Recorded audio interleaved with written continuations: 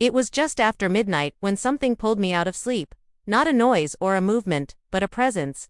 The kind that presses into a room before your eyes even open. The air felt heavy and unnaturally still, as if it were holding its breath. I opened my eyes to the dim glow of moonlight slipping through the blinds.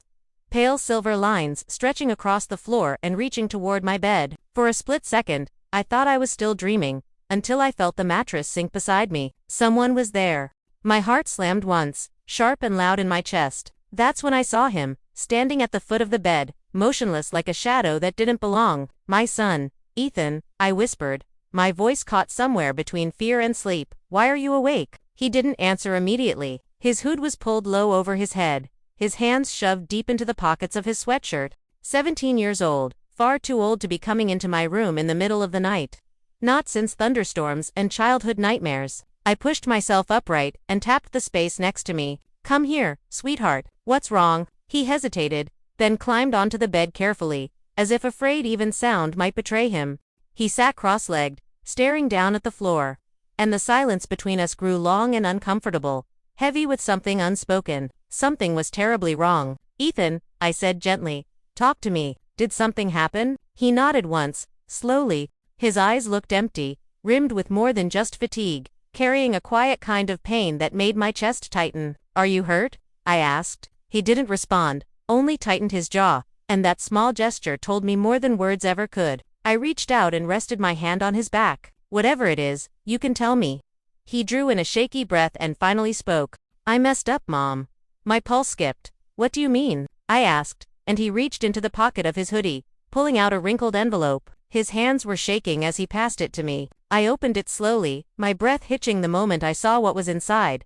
Photographs. Ethan was in every single one. In one image, he stood between two boys, their faces flushed with anger, bodies tense and ready to explode. In another, he was on the ground, blood running from his nose. The pictures were brutal, far too real to be misunderstandings. Ethan, what is this? I asked. He swallowed hard. Tyler invited me. I didn't know the others would be there. I didn't know it would turn into that. My heartbeat thundered in my ears. Why didn't you call me? I panicked, he said quietly. They would have said I was scared. I thought it would calm down, but then Jacob started talking about Tyler's sister, and Tyler lost it. They started fighting, and I tried to stop them. Then Jacob said I was taking sides. He shoved me. I fell. His voice dropped. Someone must have taken pictures. Who? I asked, forcing my voice to stay steady. Trevor, he said. He posted them for a few minutes, then deleted them. But he told me if I told anyone, he'd send them to the school. He said it would look like I was part of it. Anger rushed through me, sharp and icy. He's blackmailing you. Ethan nodded, his voice breaking. He said I'd get suspended. I didn't want to disappoint you. The air left my lungs as I finally saw it clearly. The fear, the shame, the confusion he'd been carrying all by himself, sitting heavy on his shoulders. I pulled him into my arms. He hesitated for a second, then collapsed into me, just like he used to when thunderstorms rattled the windows. You did the right thing coming to me, I whispered into his hair. You tried to stop it. That's brave, Ethan. You didn't mess up. They did, I told him, and he released a long, unsteady breath, like he was finally letting go of days' worth of fear. I want to talk to the school counselor, he said quietly, but I don't want to go by myself. You won't, I promised. We'll go together.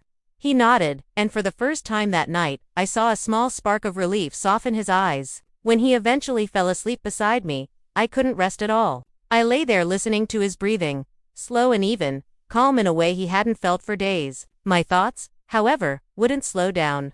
Already moving through phone calls to the school, meetings with counselors, and every step I would take to shield him from the fallout of it all. Yet beneath the worry, something warmer took root, a deep, unshakable gratitude, because no matter how frightened he was, no matter how heavy things became, my son still came home, still came to me, and in that quiet, sleepless stretch of night, I understood something important. Courage doesn't always look like standing strong and unafraid. Sometimes it looks like arriving, shaken and scared, and still choosing to trust the one person who has always loved you, no matter what.